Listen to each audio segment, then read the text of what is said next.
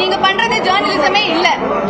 உங்க ப்ரொஃபஷனுக்கு அது ஒரு டிஸ்கிரேஸ். இந்த ஒரு நடிகை இவ்வளவு கோவப்பட்டு இது ஜர்னலிசமே கிடையாது அப்படின்னு ஒரு நிருபரை பார்த்து கேட்கிற அளவுக்கு என்ன அங்க நடந்திருக்கு அப்படின்னு பார்த்தோம்னா, அது அவரோட ஒப்பீனியன். ஆனா அவங்க வெயிட் என்ன, அவங்களை எப்படி தூக்குனீங்க, நெக்ஸ்ட் நீங்க வேற என்ன கேட்பீங்க? நீங்க இப்படி செக்ஷுவலைஸ் பண்றீங்க ஒரு ஃபீமேல் கேரக்டர்ஸ், அது எப்படி கரெக்டா இருக்கும்? அந்த பொண்ணு அந்த அளவுக்கு கோவப்பட்டதுக்கு முக்கியமான காரணம் அந்த தொப்பி போட்டு உட்காந்துருக்கான்ல இவன் பத்திரிக்கைக்காரன். இவன் அப்படியே தெளிவா பாத்துக்கிட்டே இருங்க, இவன் என்ன பண்ண அப்படின்றத சொல்றேன். என் வெயிட் உங்களுக்கு தெரிஞ்சுட்டு நீங்க என்ன பண்ண போறீங்க? ஏன் வெயிட் உங்களுக்கு தெரியும்? அதுதானே உங்க கேள்வி. ஏன் அவங்க வெயிட் என்ன, அது என்ன ஒரு கேள்வி? இங்க இருக்கிற யாருக்கெல்லாம் எப்படி அது படத்தோட ரெலவெண்டா இருக்கு? அது ரெலவெண்டா இல்ல, படத்துக்கு அது ரெலவெண்டாவே இல்ல. நான் பேச விடலாமா சார்? நான் நீங்க பேச விடல என்ன?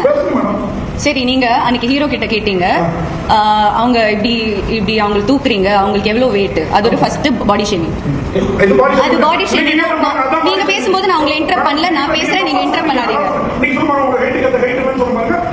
டைரக்டரோட சாய்ஸ்ங்க, நீங்க யாருக்கு அது கேக்குறதுக்கு? நடிகை எல்லாருக்குமே தெரிஞ்சிருக்கும், இந்த கௌரி ஜி கிசான் சொல்லிட்டு 96ல கூட அந்த சின்ன வயசு கேரக்டர்ல நடிச்சிருக்கும். இந்த ஒரு நடிகை லாஸ்டா ஒரு பிரஸ் மீட்ல பேசிட்டு இருக்கும்போது இதுக்கு முன்னாடி ஒரு படத்துல நடிச்சிருந்தாங்க போல. அந்த படத்தோட ப்ரொமோஷன்ல அந்த படத்துல நடிச்ச ஹீரோட்ட இந்த நிருபர் கேட்டிருக்காப்ல, இந்த தொப்பி போட்ட இருக்கான்ல இவன் கேட்டிருக்கான், அவங்களை ஏதோ தூக்குற மாதிரி சீன் வந்திருக்கும் போல, எப்படி தூக்குனீங்க, எவ்வளவு வெயிட் அப்படின்ற மாதிரி கேட்டிருக்கீங்க. இந்த ஒரு கேள்வி 5வது 6வது படிக்கிற விவரம் தெரிஞ்ச பிள்ளைகளுக்கு கூட தெரியும். இது ஒரு பாடி ஷேமிங் கொஸ்டின். இன்டைரக்டா அவ குண்டா இருக்காக எப்படிங்க தூக்குனீங்க, எவ்வளவு வெயிட் அப்படின்ற மாதிரி நக்கலா கேட்கிற மாதிரி கேட்டிருக்கீங்க. ஒரு கேள்வியை கேட்டுட்டு இந்த பிரஸ் மீட்லயே வந்து லூசு மாதிரி கேள்வி கேட்கவும் இந்த ஒரு நடிகை வந்து ட்ரிகர் ஆயிருக்கு. என்னையா அப்படி பாடி ஷேமிங் பண்ணிட்டு இருக்க, நீ எப்படி ஒரு பொண்ணை வந்து செக்ஷுவலைஸ் பண்ணிட்டே இருப்ப எல்லா இடத்துலயும், இங்க என்னோட திறமை வந்து நடிப்பு, ஏதாவது நிறை குறை இருந்துச்சுன்னா அதை பத்தி கேள்வி கேட்கலாம், நீ ஏன் உடம்ப பத்தி பேசுற, தெரியாமலா டைரக்டர் என்னைய அந்த படத்துல எடுத்திருப்பாரு. பொண்ணு கேள்வி கேட்டதுக்கு நீங்க மன்னிப்பு கேட்கணும், நீங்க வந்து பத்திரிகைக்காரங்க எல்லாம் அசிங்கப்படுத்திட்டீங்க அப்படின்னு சொல்றேன். அந்த தொப்பி போட்ட நல்லா வாயில வருது. கேட்டா கௌரி இன்னும் நாத்த கிழிச்சு விட்டுருக்கணும். அந்த தொப்பி போட்ட நல்லா கவனிச்சீங்கன்னா கௌரியை தவிர மற்ற எல்லாருமே அங்கே ஆண்கள் தான். அதாவது அந்த பத்திரிகைக்காரங்களும் சரி, ப்ரொடக்ஷன் சைட்ல இருந்து வந்திருக்கவங்களும் சரி, எல்லாருமே ஆண்கள் தான். அந்த பொண்ணு கேட்ட கேள்விக்கு ஒருத்தையும் கூட பதில் சொல்லல.